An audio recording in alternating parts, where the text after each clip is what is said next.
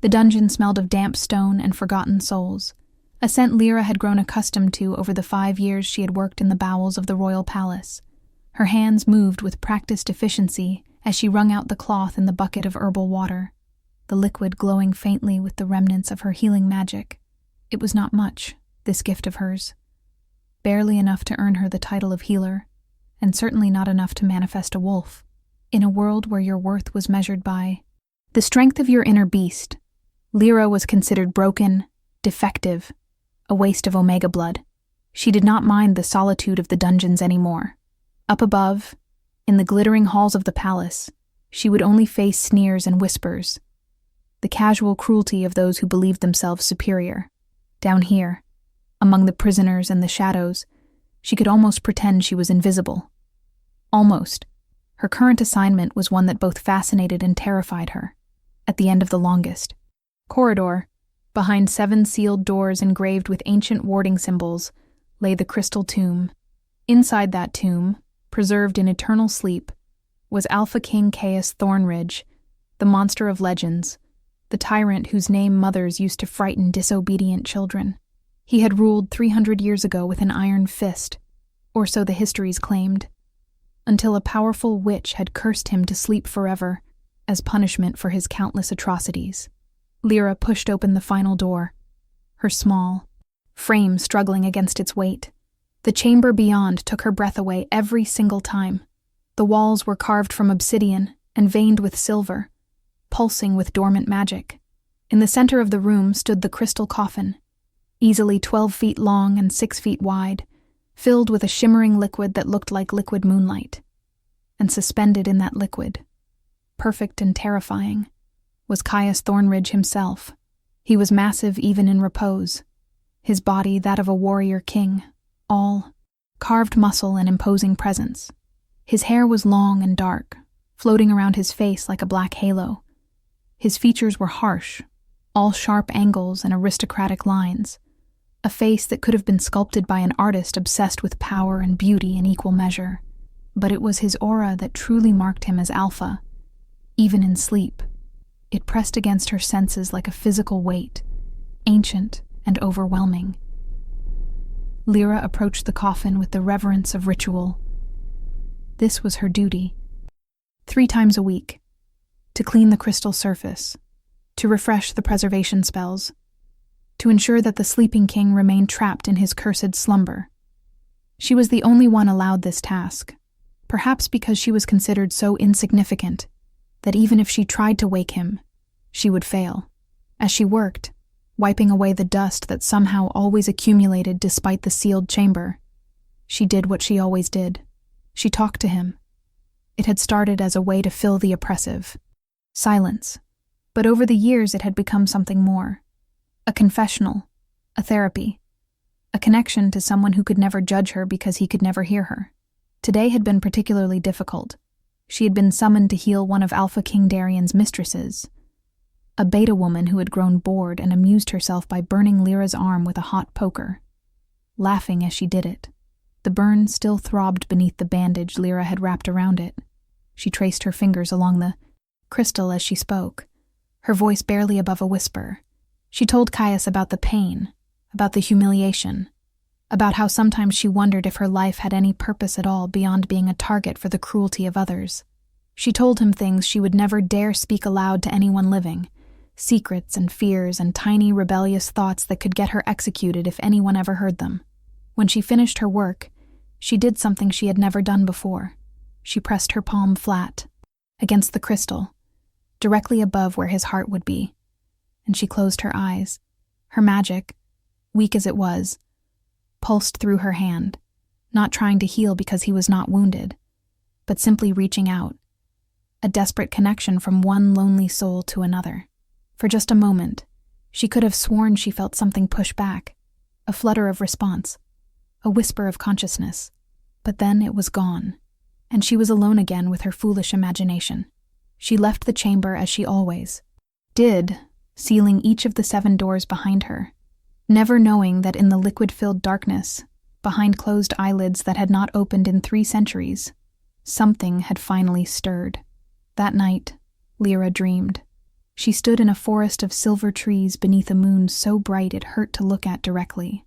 The air smelled of pine and something wilder, something that made her Omega instincts rise with both fear and strange anticipation. She was not alone. He stood before her, tall and imposing, and impossibly real. Caius Thornridge. But he was not suspended in liquid anymore. He was flesh and blood and burning eyes that fixed on her with an intensity that made her knees weak. His voice, when he spoke, was like thunder rolling across mountains, deep and ancient and edged with centuries of pain. He asked her if she was real or another phantom conjured by his desperate mind. He told her he had been aware, trapped in his own body for 300 years, unable to move or speak or scream, only able to drift in the prison of his thoughts while the world forgot him. Lyra tried to speak, but found she could not form words.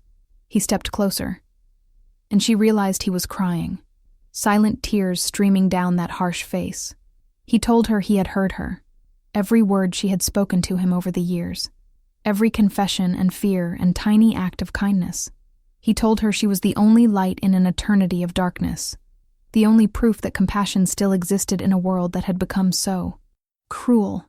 When he reached out to touch her face, his hand passed through her like smoke, and the anguish in his eyes was so profound it shattered something inside her chest. Then she woke, gasping and trembling in her tiny servant's quarters, convinced it had been nothing more than an unusually vivid dream, brought on by exhaustion and loneliness.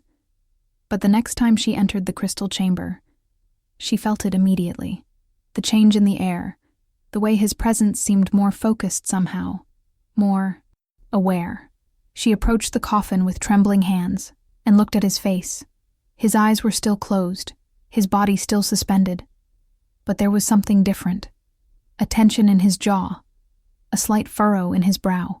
She whispered his name, barely audible even in the silence. And in response, the liquid in the coffin rippled, just once, as if something inside had moved. That night, he was waiting for her in the dream forest. This time she could speak, and they talked until the dream faded with the approaching dawn. He explained what he believed was happening, that her magic, weak as she thought it was, had somehow created a bridge between them, a connection through the realm of dreams, where his consciousness could escape the prison of his cursed body. Over the following weeks, their nightly meetings became Lyra's entire world. During the day, she moved through her duties like a ghost, counting the hours until she could sleep and be with him again. Caius told her the truth of his reign, the real history that had been erased and rewritten by those who benefited from his disappearance. He had not been a tyrant. He had been a revolutionary. 300 years ago, the kingdom had been even more stratified than it was now, with omegas treated as property, betas as servants, and alphas as gods among mortals. Caius had risen to power young and idealistic, determined to create a society where your designation did not determine your destiny. He had begun passing laws that granted omegas rights, that allowed betas to own land, that stripped corrupt alpha nobles of their absolute authority. The elite had been terrified. They had conspired against him, and his most trusted advisor, a woman named Morgantha, who posed as a wise witch but was secretly in the pay of the noble houses, had engineered his downfall. She had cursed him under the guise of punishing him for crimes he had never committed, then spread lies about his reign, painting him as a monster so that no one would ever try to wake him. His own bloodline, distant cousins who inherited the throne, had been all too happy to maintain the fiction, ruling over a kingdom that slowly slid back into the oppressive hierarchy Caius had tried to dismantle. The current king, Darian, was his great-great-great-great-grandson, and according to Caius, the worst of them all. Lyra listened to these revelations with growing horror and understanding. Everything she had been taught was a lie. The monster in the crystal. Coffin was not a monster at all, but a visionary who had been betrayed and buried to protect the interests of those in power. She asked him about the curse, about whether it could be broken. His expression in the dream had been bleak. He told her the curse was tied to blood magic and ancient power, that it would require someone with both healing magic and pure intentions to unravel it. But more than that, it would require access to Morgantha's original spell work, which had been destroyed centuries ago, or so everyone believed. However, he had a suspicion. Morgantha had been arrogant and paranoid in equal measure. She would have kept records, hidden them somewhere in the palace, insurance in case her spell ever needed to be adjusted or reinforced. If you are enjoying this story and want to see more supernatural romance content, please take a moment to like this video and subscribe to the channel. Your support helps me bring you more tales of destined love and ancient magic. And I love reading your comments about which characters resonate with you most. Now, let's continue with Lyra's dangerous quest to uncover the truth. Lyra became a spy in her own home. During her duties, she paid attention to whispered conversations, to locked rooms and forbidden corridors. She discovered that the palace library had a restricted section that only the royal family could access, and that Darian visited it frequently, always alone, always locking the doors behind him. She needed to get inside that room, but as a lowly Omega servant without even a wolf to her name, she might as well have been trying to reach the moon.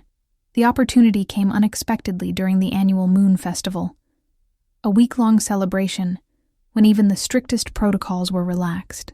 The palace filled with visiting dignitaries and nobles, and the servants were stretched thin trying to accommodate everyone. In the chaos, Lyra managed to slip away from her duties and make her way to the restricted library. The lock was warded with magic far beyond her abilities to break, but she had learned a few tricks in her years of tending to prisoners and forgotten spaces. She pulled out a vial of counterspell oil she had stolen from the dungeon stores and carefully applied it to the lock mechanism. The wards flickered and died with a soft hiss, and the door swung open. Inside, the restricted library was smaller than she had expected, but filled with ancient texts and scrolls. She worked quickly, scanning titles, and searching for anything related to curses or Morgantha. Most of the texts were about bloodline magic and royal genealogies, nothing useful. She was about to give up when she noticed a section of the bookshelf that looked slightly different, the wood grain not quite matching. She pressed against it experimentally, and a hidden compartment clicked open. Inside was a single leather-bound journal, its cover marked with Morgantha's seal. Lyra's hands shook as she pulled it out and began to read. The journal was a confession and an insurance policy. Morgantha detailed every step of the curse she had placed on Caius, every ingredient and incantation. But more damning were the entries that came after, where she gloated about her deception, about how she had been paid in land and gold by the noble houses, about how she had personally executed Caius's Omega advisor, a healer named Elira, who had been the only person who truly understood the king's vision. The description of Elira made Lyra's blood run cold. The woman could have been her twin. Same silver hair, same violet eyes, same small stature and gentle demeanor. The resemblance was too specific to be coincidence. She was so absorbed in reading that she did not hear the footsteps until it was too late. The door slammed open, and Alpha King Darian stood framed in the entrance, his face twisted with rage. He was a pale imitation of Caius, shorter and softer, with cruel eyes and a weak chin. His alpha aura crashed over her like a wave, forcing her to her knees. He demanded to know what she was doing, how she had gotten in, what she had found. Lyra clutched the journal to her chest, her mind racing. She could lie, but he would smell the deception. She could run, but she would never make it past him.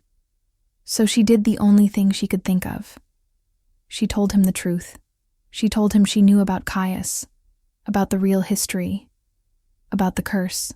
She told him she had been communicating with the sleeping king, and that she was going to wake him. Darian's laughter was ugly and sharp. He told her she was even more pathetic than he had thought if she believed she could accomplish such a thing. Then his expression shifted to something more calculating. He informed her that he had known for years that Caius could potentially be awakened, and he had taken steps to ensure it would never happen.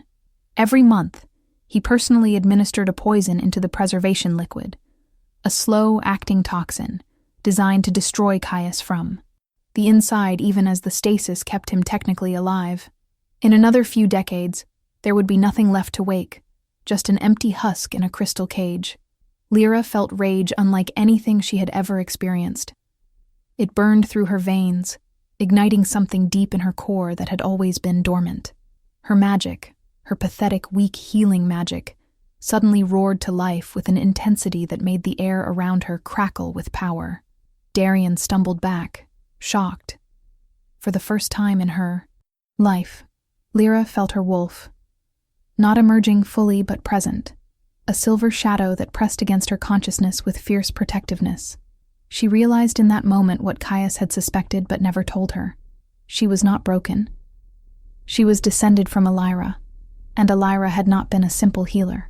She had been a moon witch, beings of legend who possessed healing magic so powerful it could reverse death itself. The bloodline had been diluted over generations, but it was still there, dormant, until awakened by desperate need and righteous fury. Darian tried to use his alpha command on her, that supernatural compulsion that should have forced her to submit. But her wolf, small as it was, defied him. Moon witches answered to no authority but their own hearts. She ran, clutching the journal, her newly awakened magic propelling her faster than she had ever moved before. Darian's guards pursued her, but she knew the servant corridors better than anyone. She made it to the dungeon, to the chamber of the crystal tomb, and sealed herself inside with every ward and barrier she could muster. She knew it would not hold forever. Darian would break through eventually, but she did not need forever.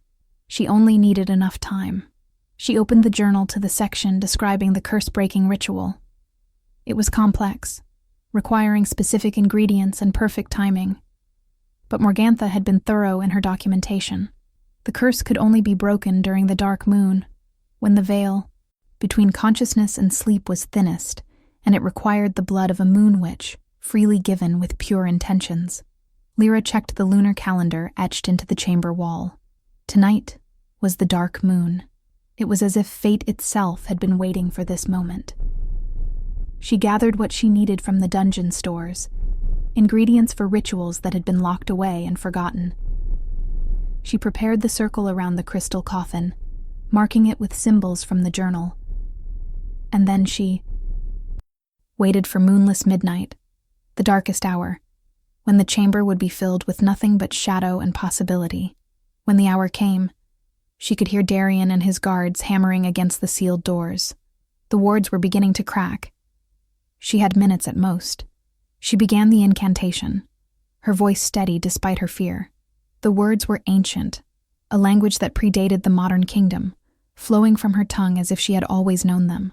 The crystal coffin began to glow, the liquid inside churning and bubbling. She reached the final line of the spell, the one that required blood sacrifice. She drew a silver dagger across her palm, hissing at the pain, and pressed her bleeding hand against the crystal directly over Caius's heart. Her blood sizzled against the surface, and for a terrifying moment nothing happened. Then the crystal exploded. The liquid vaporized in an instant, and Caius's body fell forward. Lyra caught him, or tried to, both of them collapsing to the floor in a tangle of limbs. He was heavy and cold, and not breathing. Panic seized her. She had been too late. The poison had already done its work, but her wolf surged inside her, and her magic poured out of her hands into his chest, seeking the spark of life that must still exist somewhere in him. She felt it, buried deep beneath layers of toxin and curse and despair, a tiny ember of his soul. She fed that ember with everything she had, her power blazing like the sun, burning away the poison, and the darkness until suddenly he gasped and his eyes flew open. Those eyes, burning gold and ancient and alive, fixed on her with recognition and wonder. He whispered her name, not Lyra, but Elira, and she understood. She was the reincarnation, the descendant, the second chance that the universe had given them. His hand, shaking and weak, reached up to cup her face, solid and real this time. He told her he remembered everything, not just his own life, but Elira's too, memories that had been locked in his blood magic, waiting for the moment when their souls would find each other again. They had been lovers 300 years ago, They had been partners in revolution, and they had been torn apart by those who feared the world they were trying to build. The doors finally burst open. Darian and a dozen guards rushed in, weapons drawn. They stopped short when they saw Caius standing, weak but alive, his arm around Lyra protectively. The resemblance between Darian and his ancient ancestor was obvious now, but where Caius radiated true power and authority, Darian looked like a cheap copy, a pretender suddenly faced with the real thing. Caius's voice, unused for 3 centuries, was rough but commanding as he addressed his descendant. He declared that he reclaimed his throne by right of blood and conquest, and that Darian's reign of corruption ended now. Darian tried to rally his guards, commanding them to kill the intruders. But Alphas recognized true dominance when they faced it, and not a single guard moved to obey. What followed was a transformation that took years, not the instant resolution of a fairy tale, but the hard work of genuine change. Caius was weak from his ordeal and needed months to recover his full strength. During that time, Lyra nursed him back to health, while also having to navigate the complicated political situation his return had created. Much of the kingdom did not want to believe that the legendary tyrant king had returned, and those who did believe were split between those who feared him and those who hoped he was the savior from prophecy. Darian had fled the palace and was gathering loyalists in the provinces, nobles who benefited from the current oppressive system and had no desire to see it dismantled. A civil war seemed inevitable, but Caius had learned from his first reign. He understood now that change imposed from above, no matter how well-intentioned, would always breed resistance. This time, he needed to build from the ground up to empower the very people his reforms would protect. He and Lyra traveled the kingdom in disguise, speaking with omegas and betas, and even progressive-minded alphas, building a coalition of those who dreamed of something better. They shared their own story, the truth of the past and the possibilities of the future. Slowly, support began to grow. The bond between Caius and Lyra deepened during this time in ways that transcended their past life connection. They were soulmates. Yes, destined mates whose souls recognized each other across centuries. But they were also 2 people who had to choose each other every day, who had to learn each other's quirks and flaws and fears. Caius had to confront the guilt of his first reign, the mistakes he had made in his youth, the people who had suffered because he had been too idealistic and not strategic enough. Lyra had to accept her power and her heritage, to step into the role of Moon Witch and all the responsibility that came with it. Their love was not the cure for their trauma, but the foundation that made healing possible. The final confrontation with Darian came not on a battlefield, but in a court of judgment. Caius had gathered enough support to call a grand council, a gathering of representatives from every pack and province in the kingdom. Both he and Darian presented their cases before the people, not as kings demanding obedience, but as candidates seeking the trust of those they wished to lead. Darian spoke of tradition and stability, warning that Caius's radical ideas would destroy the natural order. Caius spoke of justice and dignity, showing the scars of those who had suffered under the current system, including Lyra's burn scars and the stories of countless others. He presented Morgantha's journal as evidence of the conspiracy that had overthrown him, the truth that had been hidden for 3 centuries. The vote was not unanimous, but it was decisive. The people chose Caius, chose change, chose hope over fear. Darian was stripped of his title and exiled, not executed, because Caius refused to start his new reign with bloodshed. The former king left cursing them all, swearing that the kingdom would collapse into chaos. But he was wrong. Over the next decade, Caius and Lyra systematically reformed every unjust law and institution. They abolished the caste system that had divided alphas, betas, and omegas into rigid hierarchies. They established schools that taught everyone regardless of designation, councils that gave all people a voice in governance, and protections for the most vulnerable members of society. It was not easy. There were setbacks and resistance, moments when it seemed the entire endeavor would crumble under the weight of centuries of prejudice and hatred. But every time progress seemed impossible, Caius and Lyra would return to the people, would listen to their concerns, and adjust their approach. They led not as tyrants imposing their will, but as servants, dedicated to the well-being of all, and slowly, painfully, beautifully, the kingdom began to transform. On their 10th anniversary of Caius's awakening, they were formally bonded in a ceremony that blended ancient traditions with new customs they had created together. Lyra wore silver and moonlight, her wolf finally fully manifested and beautiful. Caius wore the crown not of a conqueror, but of a king chosen by his people. When they exchanged their vows, speaking of partnership and equality and love that transcended time itself, there was not a dry eye in the assembled crowd. Their bond snapped into place with a force that shook the very foundations of the palace, a mating mark that glowed like starlight appearing on both their necks, visible proof of a connection that was both destiny and choice. They had 3 children over the following years, each born with the combined gifts of their parents. The eldest, a daughter they named Lyra in honor of the past, was an alpha with healing, magic. The middle child, a son named Theron, was a beta with the strategic mind of a scholar. The youngest, another daughter called Celeste, was an omega with prophetic dreams who would one day become the greatest seer the kingdom had ever known. Caius and Lyra raised them not to inherit power, but to serve others, teaching them that true strength came from lifting people up rather than holding them down. Before we reach the end of this incredible journey, I want to remind you to share your thoughts in the comments below. What did you think of Caius and Lyra's story? Have you ever felt connected to someone in a way that seemed to transcend logic or time? And don't forget to subscribe for more supernatural romance stories that explore the power of love to transform not just individuals, but entire worlds. The epilogue of their story took place 30 years after Caius first opened his eyes in Lyra's dreams. They stood together in the crystal chamber, which had been transformed into a memorial and museum. The crystal coffin remained as a reminder of what had been and what must never be allowed to happen again. Tourists and students visited regularly to learn about the dark period when truth had been suppressed and tyranny had hidden behind lies. Caius and Lyra, both now showing touches of silver in their hair but still strong and devoted, served as guides sometimes, sharing their story with new generations.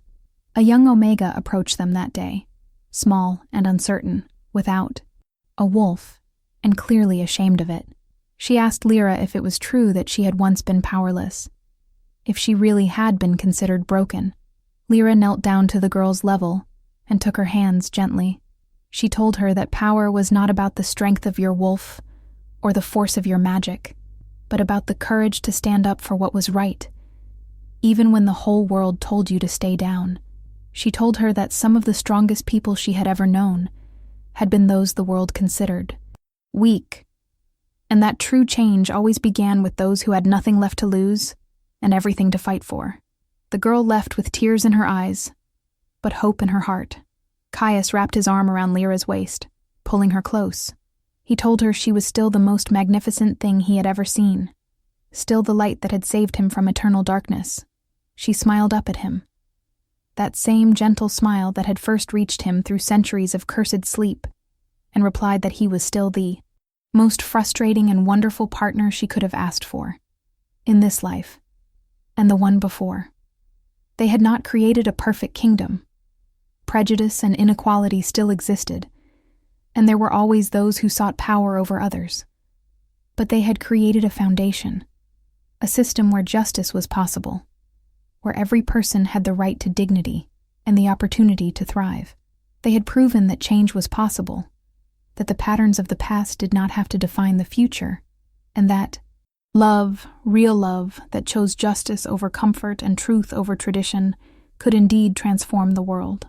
As the sun set over the palace, painting the sky in shades of amber and rose, Caius and Lyra walked hand in hand through gardens that now welcomed people of all designations. Children played without fear, Omegas held positions of authority, Betas owned businesses, and Alphas learned that true leadership meant service rather than dominance. It had taken 300 years and a curse and the desperate courage of one lonely healer who refused to accept that monsters were born rather than made. But in the end, Love had won, not because it was easy or magical or destined, but because two people had chosen every single day to fight for it, to protect it, and to build a world worthy of it. Their story became legend, passed down through generations not as a fairy tale, but as a testament to the power of hope and the possibility of redemption. And in the crystal chamber, on moonless nights when the veil between worlds grew thin, visitors sometimes reported seeing two figures in the shadows, silver and gold, forever watching over the kingdom they had saved together, a king who had slept for centuries, and the healer who had loved him awake.